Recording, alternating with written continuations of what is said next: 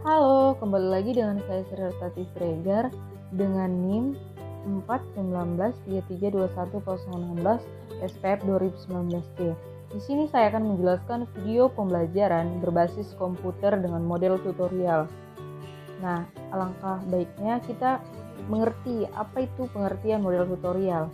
Nah, program tutorial pada dasarnya sama dengan program bimbingan yang bertujuan memberikan bantuan kepada siswa agar dapat mencapai hasil belajar secara optimal.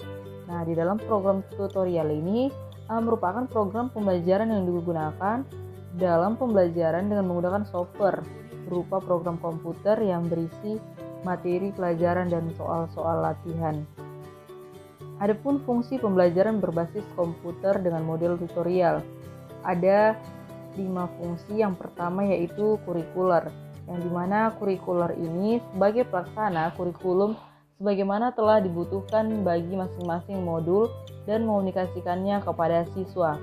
Yang kedua yaitu pembelajaran. Pembelajaran yaitu laksanakan proses pembelajaran agar para siswa aktif belajar mandiri melalui program interaktif yang telah dirancang dan ditetapkan. Yang ketiga yaitu diagnosis bimbingan, di mana diagnosis bimbingan ini membantu para siswa yang mengalami kesalahan, kekeliruan, kelambanan, masalah dalam mempelajari berbasis komputer berdasarkan hasil penilaian, baik formatif maupun sumatif, sehingga siswa mampu membimbing diri sendiri. Yang keempat, administratif, yakni melaksanakan pencatatan, pelaporan, penilaian, dan teknis administratif lainnya sesuai dengan tuntunan program CBI atau komputer berbasis interaction.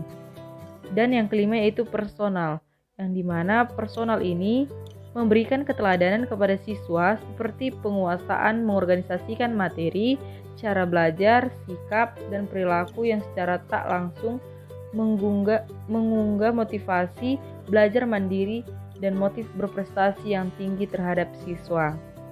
Nah, selanjutnya yaitu tujuan pembelajaran berbasis komputer. Ada 3 tujuan pembelajaran berbasis komputer dengan model tutorial. Yang pertama, untuk meningkatkan penguasaan pengetahuan para siswa.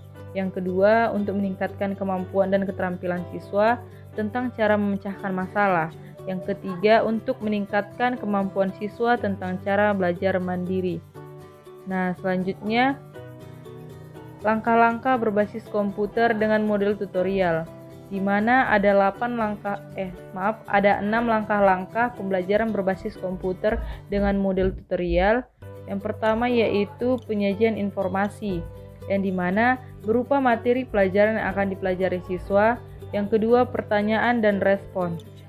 Di pertanyaan dan respon ini yaitu berupa soal-soal latihan yang harus dikerjakan siswa. Yang ketiga, penilaian respon, di mana penilaian ini komputer akan memberikan respon terhadap kinerja dan jawaban siswa.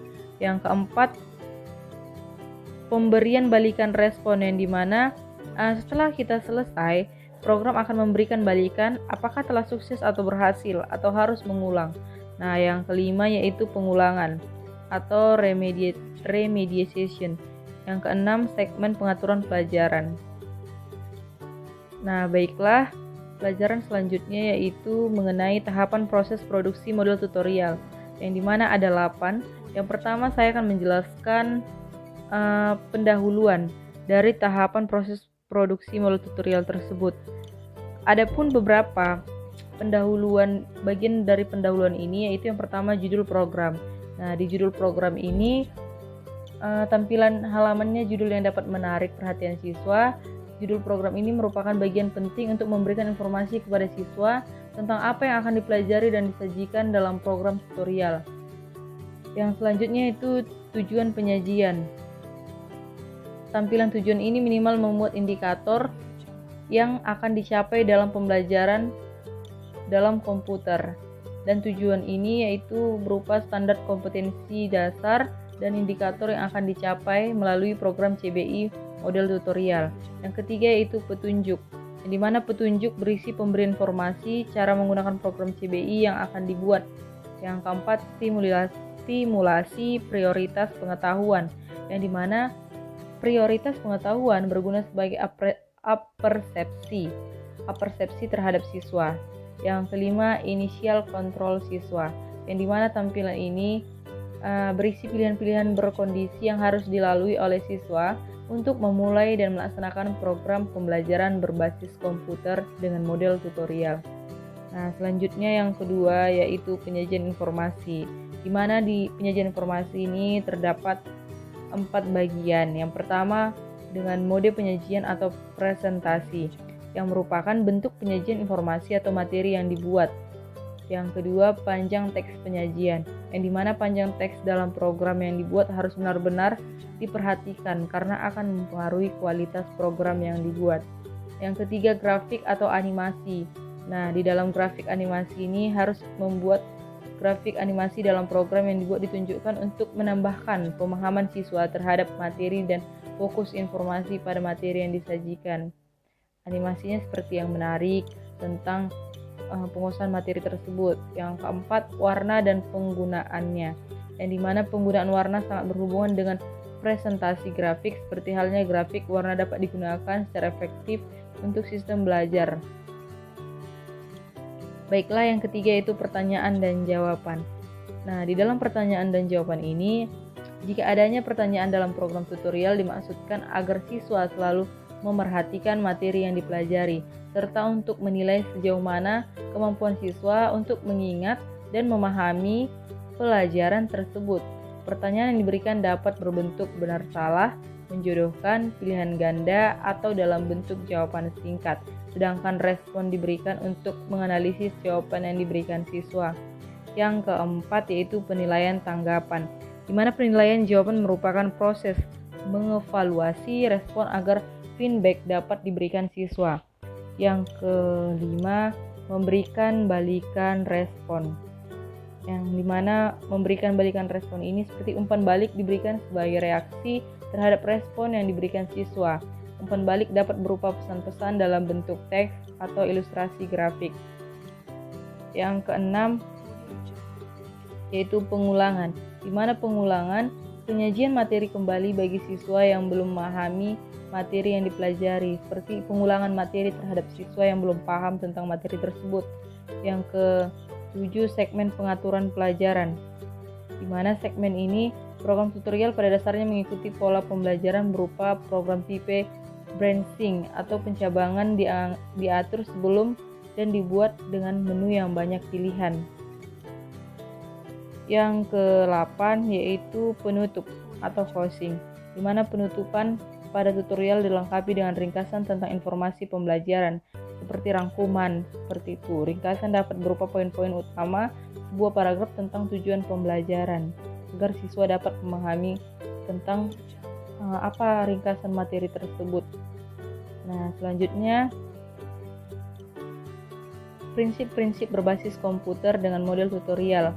Nah, ada 5 prinsip-prinsip pada pembelajaran modul tutorial. Yang pertama, adanya perbedaan individual dalam belajar, yang dimana ciri utama pembelajaran berbasis komputer modul tutorial ini adalah proses pembelajaran dilakukan secara individual, yaitu interaksi antara seorang peserta didik dengan software program yang ada dalam komputer, sehingga setiap siswa akan belajar sesuai dengan tingkat kemampuan siswa itu sendiri. Yang kedua, perhatian dan motivasi, yang dimana dalam pembelajaran berbasis komputer modul tutorial, setiap materi dan soal disajikan dengan berbagai macam bentuk, baik bentuk animasi, grafik, gambar, video, maupun foto, serta pemberian pujian. Yang ketiga, prinsip keaktifan. Sebagaimana ciri pertama tutorial di atas, yaitu pembelajaran yang bersifat individual, maka setiap siswa akan belajar dan mengkonstruk sendiri pengetahuan dengan adanya interaksi secara aktif antara siswa dengan program. Nah, yang keempat, prinsip keterlibatan langsung. Dalam pembelajaran berbasis komputer model tutorial, prinsip ini diakomodasi dengan sifat interaktif dari software program tutorial yang memungkinkan interaksi yang bersifat visual, audiovisual maupun kinestik. Yang kelima, prinsip balikan dengan penguatan. Nah, di mana salah satu komponen utama dalam pembelajaran berbasis komputer model tutorial ini adalah adanya feedback, serta reinforcement yang berupa pujian dan hukuman yang memungkinkan terjadinya umpan balik yang interaktif serta proses penguatan terhadap konstruksi pengetahuan siswa. Nah, baiklah, adapun referensi yang dapat saya ambil terhadap materi ini yaitu ada 5 referensi, baik dari jurnal maupun buku.